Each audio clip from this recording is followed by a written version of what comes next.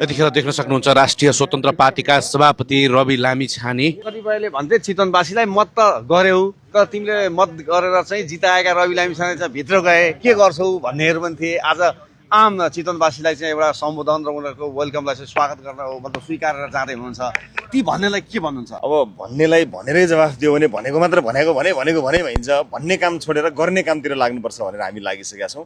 मलाई भन्नेहरूलाई केही भन्नु छैन। जसले बारम्बार तपाईँलाई आलोचना गर्नुहुन्छ ती त तपाईँका वास्तविक भक्तहरू हुन्, जसले यति पटक तपाईँको नाम भनिरहन्छन्, तपाईँ कतिपटक नाम लिइरहन्छन् भने त उनीहरू त समर्थकहरू हुन्। उनीहरू त एक हिसाबले त्यो एउटा भक्तिभाव हो नि त। तपाईँ कसको नाम लिनुहुन्छ? जस्तो म हनुमानको नाम लिइरहन्छु, हनुमानजी म एकदम मलाई मनपर्ने भगवान् हुनुहुन्छ। किन म भक्त हुँ र म नाम लिइरहन्छु।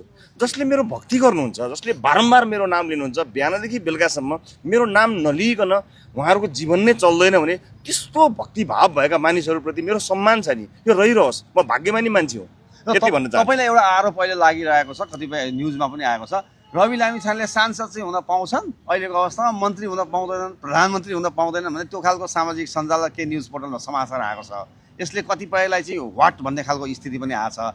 यो कस्तो खालको तर्क हो, के हो, यसलाई कसरी हेर्नु भएको छ यहाँले? म मान्छेका रूपमा मेरो शरीरमा रगत रहुन्जेल, सास फेर्न सकुन्जेल मैले सक्ने योगदान दिने हो। म योगदान दिन आएको मान्छे हो। अरू कुनै पदको बारेमा मलाई त्यति छैन।